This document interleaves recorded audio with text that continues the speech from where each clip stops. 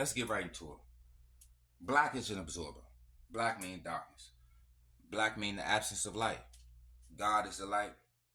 We have the dark skinned gene, West African, Congoid, skull type, platyrian nose, prognostic jaw, EU melanin, woolly hair, eulatria. I gave you everything.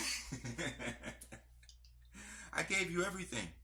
But black is represented as night. That's why you don't get no Monday night, Tuesday night, Wednesday night, Thursday night, Friday night, Saturday night, Sunday. You get a birthday. You don't get birth night. The night is not acknowledged because it's black. We are the black people. A Khoisan is not a black person. A Kushite is not a black person. A Dravidian is not a black person. And none of them Indians is a black person. Okay? Remember, black represents evil. So all evils is black, and black is interchangeable. Black is a function. So if you look at black in physics, it's dealing with absorption. An object is seen as black if it absorbs. It didn't say the color of something. It didn't describe what black looked like. It describes what's missing. Absence means something's missing. And absorption means a function. Okay? Just like if we flip the script and we go light or day or white, it's reflective, like a mirror bounce off. So basically say we don't get we're not reflective because we're absorbing, and they're not absorbing because they're reflecting. But we absorb and emit as well. As a black body, if you look in black body radiation, it's an ideal body that absorbs and emits radiation. But we absorb and emit everything. Chemicals, sound, everything. Heat, moisture, radiation, everything.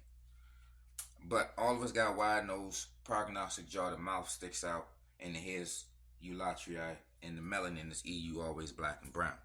So always represented as evil, dark ages, the good and bad. Remember, that makes us the bad. We the darkness. So look, it is often used symbolically or figuratively to represent darkness. It's not even actually or. Sometimes it's both. It's figuratively and symbolically. That's why they're actually cleaning up. So when they talk about their scientific racism and scientific religious racism, that's an associated with assigning mythologies to a particular looking people. That's what scientific racism and religious racism about. Like, for example, with the scientific racism, they was assigning wide noses with being unintelligent, a prognostic jaw with being primitive. They call that a primitive trait. That's how they justify what they do, based on saying you're unintelligent, which is marked by a wide nose, full lips, and woolly hair. If you look at woolly headed, that meant ignorant. The word negroid, the anagram for negroid is ignored. Ignored, ignorant. So you got to know the bars. It's all evil. It's all black. Remember the black stone in Mecca. Why is it black? Or the Kaaba? Why is it black? Because it absorbs. It became black by absorbing. Why is it called a black hole? Is it actually black? Or is it absorbing? Lasting. Self-sustaining.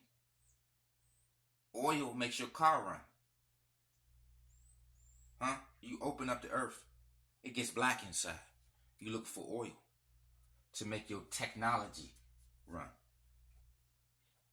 You see what I'm saying? That's the black game. Let's run this gauntlet though. See, the black situation, we always occupy tropical situation in dark clay. That's where you get that Nile, the Black River or Kemet. That's dealing in dark soil, dark clay soil. There you find the cave always on desert soil and shallow soil and sandy soil. That's where you find this light skin gene, nomadic pastoral situation. Pastors is grazing, they cutting everything down. If you notice, we all on the on tropical situation and soils of tropical highlands, acid soils of tropical lowlands, and dark clay soil. See what I'm saying? Pay attention to the soil situation. That's deep. Also, you stay tuned to the agricultural situation because you need to do agriculture when it don't do it itself. You see, it say self-substance farming, self-substance. Self means is the earth is doing it on its goddamn own. The earth provides. That's what that means on the low. The earth provides. These are nomadic. These are nomads. So you only see them in nomad areas, and this is not even able to do agriculture in these deserts.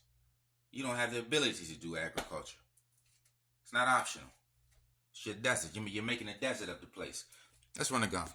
But as you can see, we on self-substance, nomadic, no agriculture activity as people. The soil is dying, decaying, soil erosion, land degradation, desertification, arid climate, aridity, aridification. Let's run the gauntlet. That's why we always be mindful. We on the dark skin situation. The Khoisan and the Kushite is SLC. That's a recent gene. The Khoisan and the Kushite is a recent gene. That's a light skin gene. You see what I'm saying? And the SLC comes into Africa. It don't originate in Africa. Stop the cap. Remember, we have dark skin gene. Dark skin gene just means Negroid. We black. Black people produce wide nose, full lips, woolly hair, and prognostic jaw. Let's run the gauntlet. As you can see, the SLC is right here. SLC is right here. That's a recent gene. SLC is right here. Invading Africa. Khoisans and Afro-Asiatics specifically got it. The humans, when they talk about the oldest bones and the Lucy, that's Khoisan and the Kushite. Pay attention. Light skin gene, SLC. And then remember, albinoism is melanin deficiency. So, you see what I'm saying? Melanin deficient is blind. So, what type of albinoism you have along with your orthognathic jaw? Your jaw type is not prognostic.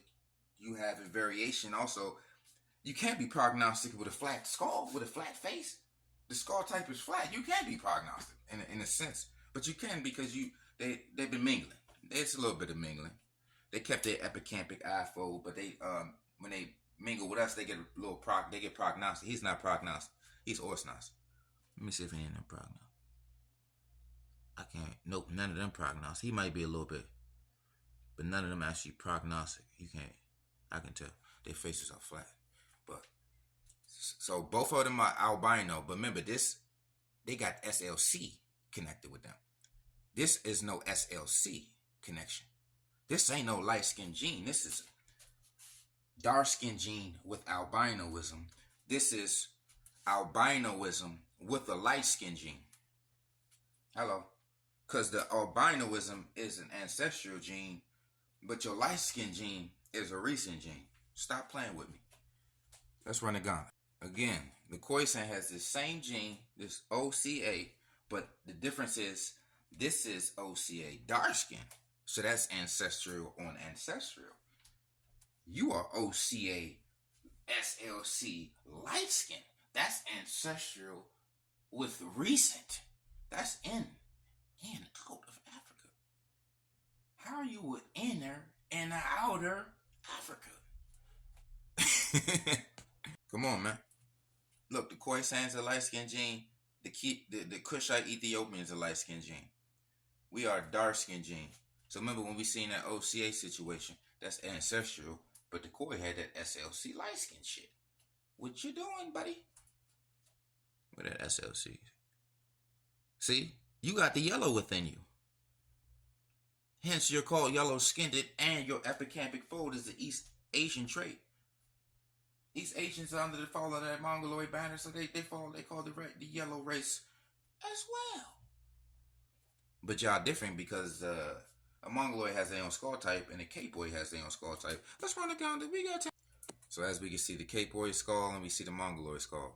We see the Australian skull, and we see the Negroid. Remember, Negroid and Congoid is interchangeable. So when we get the black is the Congoid. Prognostic, wide nose, woolly head, EU melanin, Eulatrii. So the people of our Eulatrii family is a Khoi, but you're not of our skin type. We are the only one of our skin type family.